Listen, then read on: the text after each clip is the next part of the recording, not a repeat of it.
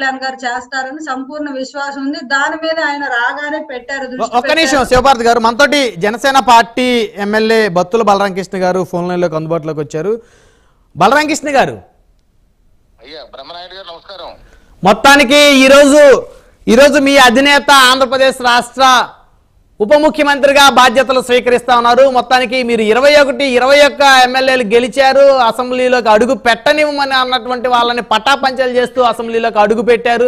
మీ అధినేత ఉప ముఖ్యమంత్రిగా బాధ్యతలు స్వీకరించారు. సో ఎలాంటి రెస్పాన్సిబిలిటీస్ ఉన్నాయి మీ మీద? మీరు రాజానగరం నుంచి ఎమ్మెల్యేగా గెలిచారు. ఖచ్చితంగా మా అధ్యక్షులు కంటిన్యూ చేయండి బలరామకృష్ణ గారు.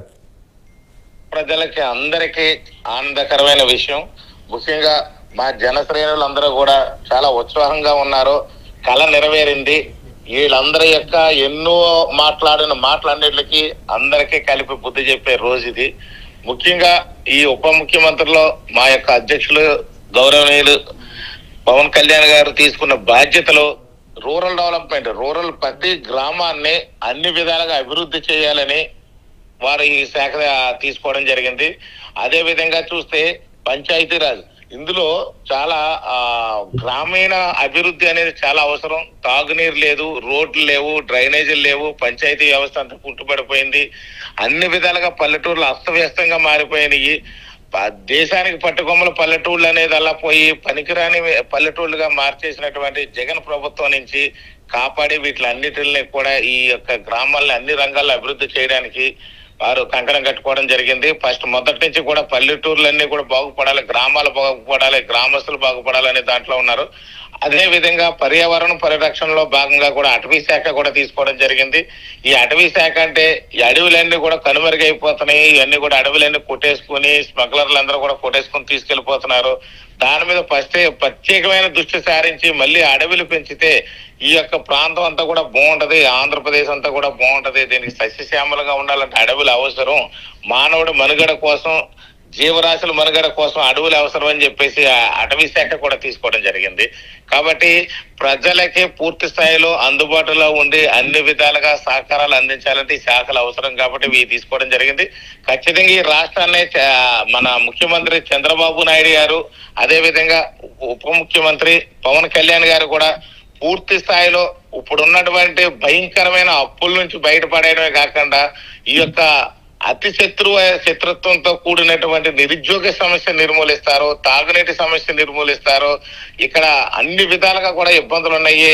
ఇక్కడ ఏ విధమైనటువంటి అభివృద్ధి లేకుండా ఉంది. కాబట్టి ఇవన్నీ కూడా ఒక మార్పు చేయడానికి కొంచెం టైం తీసుకునైనా సరే ఖచ్చితంగా మంచి మార్పు తీసుకొస్తారు.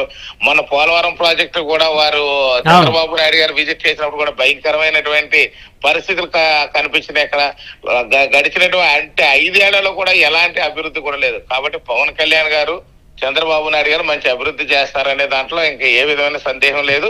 కాకపోతే వాళ్ళు ఎక్కువ కష్టపడాల్సిన అవసరం ఉంది, ఎక్కువ ప్రయత్నం చేయాల్సిన అవసరం ఉంది, ఎక్కువ ప్రణాళికలు సిద్ధం చేయాల్సిన అవసరం ఉంది. ఎందుకంటే ఈ ఆత్మీయ గోచరంగా ఉంది అసలు ఆంధ్రప్రదేశ్ పరిస్థితి చూస్తే.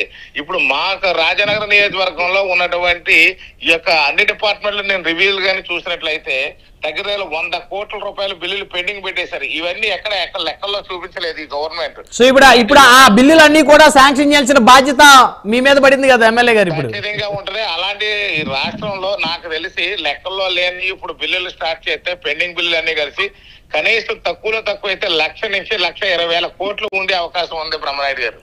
ఇవన్నిటిలో కూడా అధిగమించి ఇప్పుడు ఉప ముఖ్యమంత్రి గారు పవన్ కళ్యాణ్ గారు కానీ లేదా ముఖ్యమంత్రి చంద్రబాబు నాయుడు గారు కానీ పూర్తి స్థాయిలో దీని మీద కసరత్తులు చేసి ఏ విధంగా అభివృద్ధి చేయాలనే దాని మీద గట్టిగా పెడతారు.